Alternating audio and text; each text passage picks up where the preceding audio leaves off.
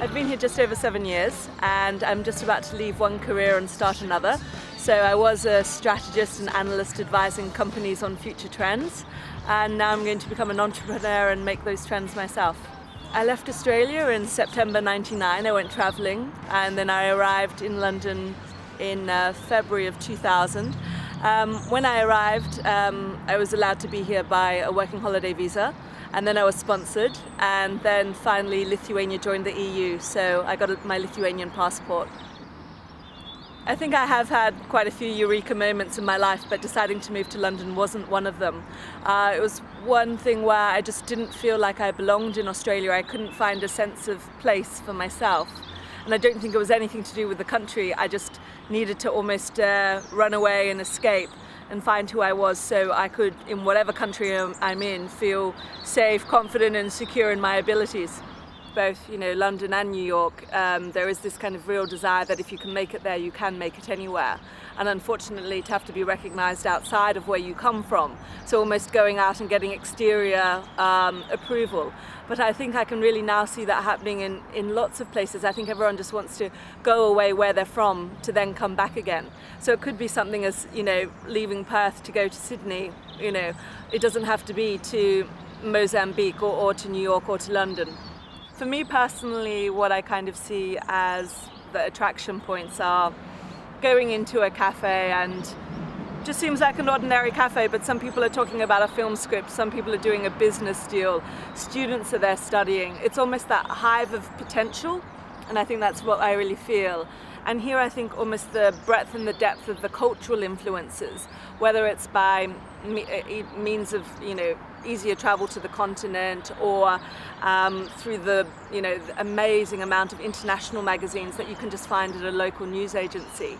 I kind of feel it's those kind of points of inspiration that kind of stir me to rediscover my own potential. I think it's the global context. It's like walking along the river and being able to see the Houses of Parliament or London Eye and to just go, I'm within that. It's an image that's kind of been projected to you since you've almost been growing up, and to see yourself within almost living history. Those are the bits that I really, really love when I'm here, where it just blows me away to say that you are not just competing on the world stage, but you're actually experiencing it. I think that's quite really, really kind of key. Best things are, London does have an excess of money. It's the thing that makes it so bad, but also so wonderful. So we're always clamoring for new experiences. So I work in trends, so it's a wonderful city to kind of be in for the most newest, sheeshiest, ridiculous, I can't believe someone will spend so much money on this kind of stuff. So the ridiculousness of it all sometimes. Okay, what I really abhor about life in London, and this is again coming from Adelaide, which is, not one of the rather larger cities of Australia, but we're very, very used to quite personable service, being treated as an individual. So to come here and just almost to be spat on almost at restaurants, you walk in the door, you're not greeted, you're seen as more of an inconvenience. And then that also ties into the expense, like, £14 for a cocktail that tastes like watered down water, and that you'd all bitch about it with English people, but then none of you would complain and you'd still add a service charge to it. Those are kind of the things that attitudinally just really drive me mad about the city. I think a lot of it is the things that are said under one's kind of breath, never expressed verbally. So it's all that huffing and puffing that goes on where someone's really upset or nothing's going quite right, but that they just take it inwards. And it's just something that I find really, really peculiar to kind of London. It's just the way people deal with stuff. I do kind of find that there's a lot of the, pretentiousness within coffees of having, a star on my coffee. I'm quite fine with a bit of cocoa sprinkle, but I think that's symptomatic now everywhere in the world. I think the Australians that you meet here are different, purely just because they have the global perspective on issues. Sometimes when I do kind of go back to Australia and you see someone's response, they can't globally put it in context what's occurring, or they don't have the ability to kind of just see, maybe looking back at it from eternity, it's a small little issue that you've kind of got yourself so worked up about. So what I think travel gives you and exposure to other cultures is the greater perspective on life.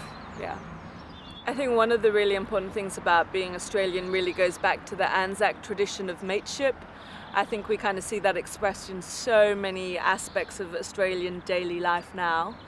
I think there's also an element where fairness is kind of considered as a really important character kind of trait, what's fair and what's not, whether it's the right interpretation of it or not. I think Australians really just have this real deep sense of doing they know what is the right and the wrong thing.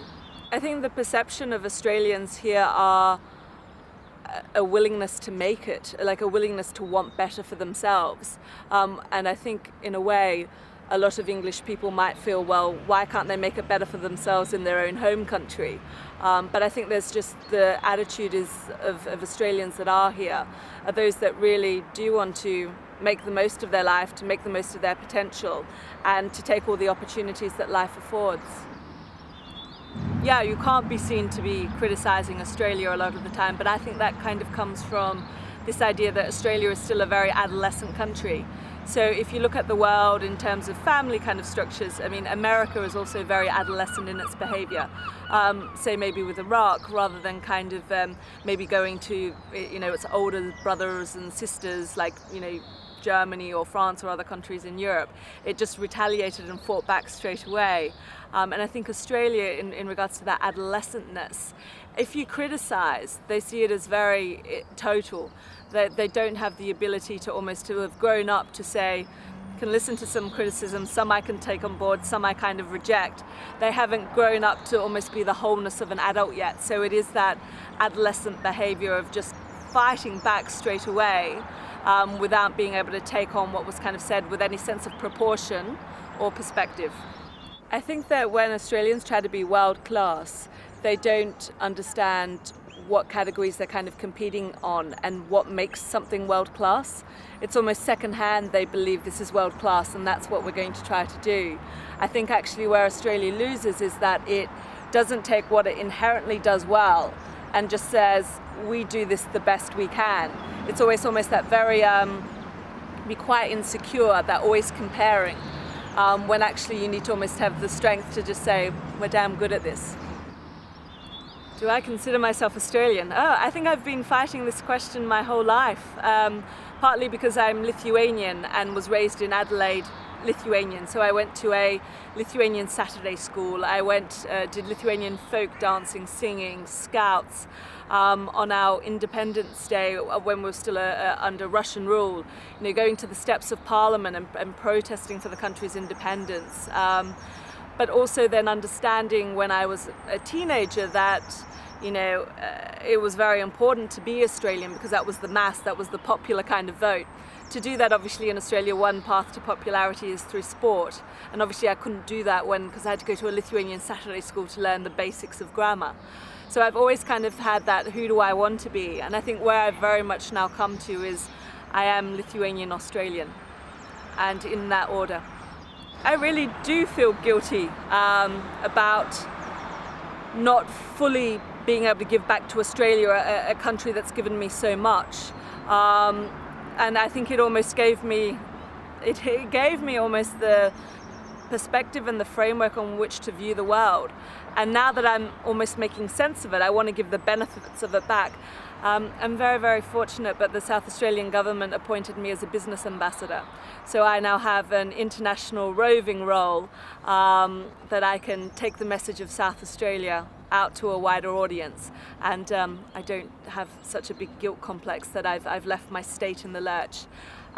If we can touch on another topic this kind of brings up, I feel sometimes much more identity with Adelaide than I do with Australia.